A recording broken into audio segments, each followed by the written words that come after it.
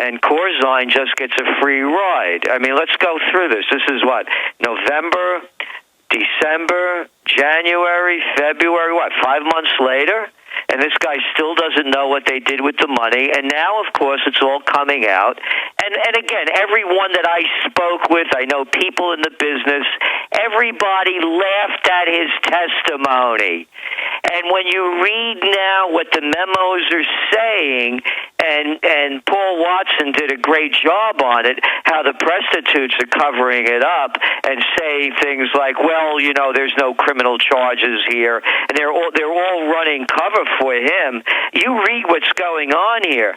The head of J.P. Morgan, the division, the chief risk officer, he called Corzine to receive assurances about the source of the money. The firm followed up with a draft letter from Mrs. O'Brien. That was the person within MF Global that transferred the money, to sign a statement stating that all past, present, and future transactions complied with federal regulations according to the memo. But Lori Ferber, the firm's general counsel, hey, I wonder if she was the same general counsel that guy Louis Freeh wants to give a bonus to for staying with this and straightening it all out. But anyway, she may be another general counsel, thought the letter was too broad. She wanted to limit its scope to transfers made on October 28th, the memo said. To make a long story short, they never signed the memo. And to make a long story very short, this thing's going back and forth and back and forth. Corzine's demanding that the money be sent over there. J.P. Morgan Chase knows it's a deal. They won't cover it, and they can't get a sign-off on it. And all of a sudden, $200 million is gone on this one deal. And now, you know what they say? Here is where the prostitutes really suck up. You know what they're saying? It was attributed to sloppy bookkeeping. Sloppy bookkeeping. How can they make this stuff up? No, it's all a cover-up. And you said it. This whole thing is crashing down. That's why they have the National Defense Authorization Act. That's why Obama signed that executive order a few weeks ago. That's why Holder, our esteemed Attorney General, just put through another law that allows the government now to watch every move we make, everything we do without a warrant. Without a warrant. Every bit of our private lives are now government data, and they could do what they want with it. And you know why? Because they know the whole thing is collapsing. And they know the natives are restless. They're restless in Spain. They're restless in Greece. They're restless in Romania. They're restless in the UK and Portugal. They're restless in Greece. They're restless in Ireland. And they're restless in the USA. And this thing is collapsing, and you said it.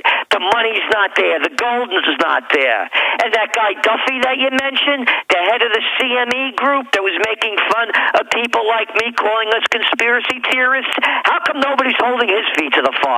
How come nobody's replaying that videotape that I put out there over and over again with the 47,000 people in the media showing Big Mouth Duffy blowing out a lot of hot air about how the CME group, this is the exchange where all the commodities run through out in Chicagoland, where he's saying they have $100 billion in collateral to back such kind of incidents as the one we later saw with MF Global. Where's the $100 billion when they can't cover $1.6 billion? The whole game is rigged. It's a criminal operation from credit default swaps, auction rate securities, collateralized debt obligations, synthetic collateralized debt obligations, and how about an FU obligation?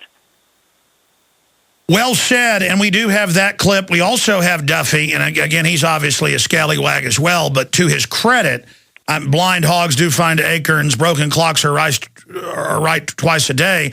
He did come out and say that Corzine did give the order to transfer the money, and was the first to finally back off. So my point is, he did attack you, and the CME did attack you by name, but now they've been forced to back off and have admitted that you were right. So I'm wondering where this goes. I also want to look at this tungsten steel being found inside gold bars for the second time now out of Switzerland. This is big news. Stay with us. Hi, this is Alex Jones. All right, here's one of those Terrence Duffy clips. There's a whole bunch of them where he's come out and said that, no, it was ordered by Corzine. Corzine, quote, knew as the CEO that they were ordering these sequestered accounts to be wired out of the country. Well, now the memos are out. It's confirmed he gave the order. No kidding. The former head of Goldman Sachs runs his own brokerage firm, MF Global, robs accounts, and he didn't know. And then the government, for the last 6 months, didn't know where the money went. When they know when you wire $1,000. I mean, this is outrageous. Let's go to a short piece of that clip and then back to Gerald Celente of trendsresearch.com. Here it is. CFTC and CME staff and auditors returned to the firm on Sunday, October 30th, and were informed by MF Global employees that this discrepancy was caused by, quote, an accounting error. Our auditors worked with the CFTC, devoted the rest of the day and night Sunday to find the so-called accounting error. No such error was ever found.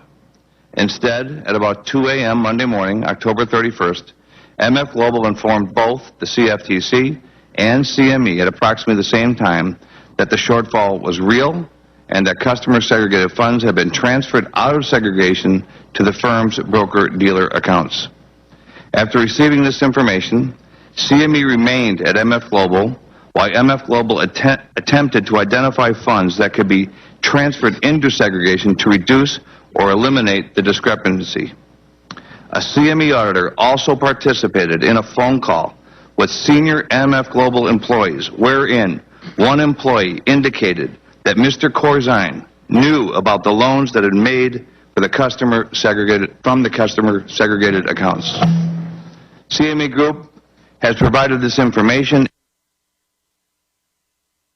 of these individuals to the Department of Justice and the CFTC, who are investigating these matters. All right, there you go. That's just part of the clip. Gerald, this is hiding in plain view. Why isn't he in jail right now?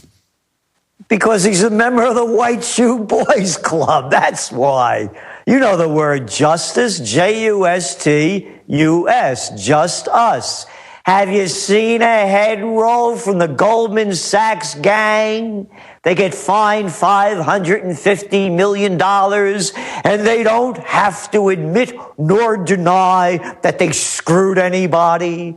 Have you seen anybody's head roll from Countrywide? Oh, you remember that one, that phony mortgage company over there that was raping us in front of everybody in the White House and in Congress? Have you seen one head roll from any of these major banks that committed the greatest financial fraud in the history of the universe? Hey, if you live in Wisconsin, I just read that if you make home-brewed beer, you have to keep it in your house, and you can't bring it to a friend's house to drink because it's against the law. And those little kids out there selling lemonade, get them off the street. First it's lemonade, and then it's heroin. I know, it's a heroin, lemonade. Yeah, it's all connected. Alex, it's fascism 2.0, the merger of state and corporate powers. What is it going to take people to see what's going on? Our new Trends Journal is coming out. The cover of the Trends Journal, will be out in a few weeks, is going to read, "Next train to Auschwitz. All aboard." No need to worry about those calories. Kiss them goodbye. Incredible, Gerald. We're going to go to break, and the long segment's coming up. I want to get into a host of issues. But when you speak about fascism, I've looked at the numbers. I've had countless economists on, trends forecasters like yourself. It's clear. There's no way to get out of this unless the banksters all go to jail, unless we write off all their fraudulent derivatives. Instead, they're clearly establishing a high-tech police state to use the crisis to take over our lives. We're going into a hot tyranny. This is not just going to be good old boy corruption. No, you're right. It's happened. Again, how many laws have to be passed before people realize there's no Constitution left? And that's why the Trends Journal is going to be next train to Auschwitz. Well, it seems that there's nothing that these banksters can't or won't do. And I want to discuss solutions to this and how you think we'll get out of it.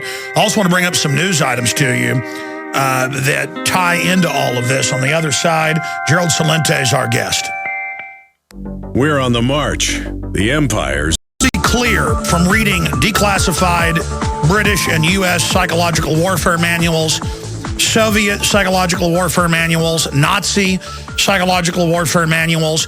Edward Bernays, who advised the Department of War and then Department of Defense, the nephew of Sigmund Freud, probably more important even than Sigmund Freud. They all write books that I've read and quoted here on air. You can go read this about habitualization. Habitualization.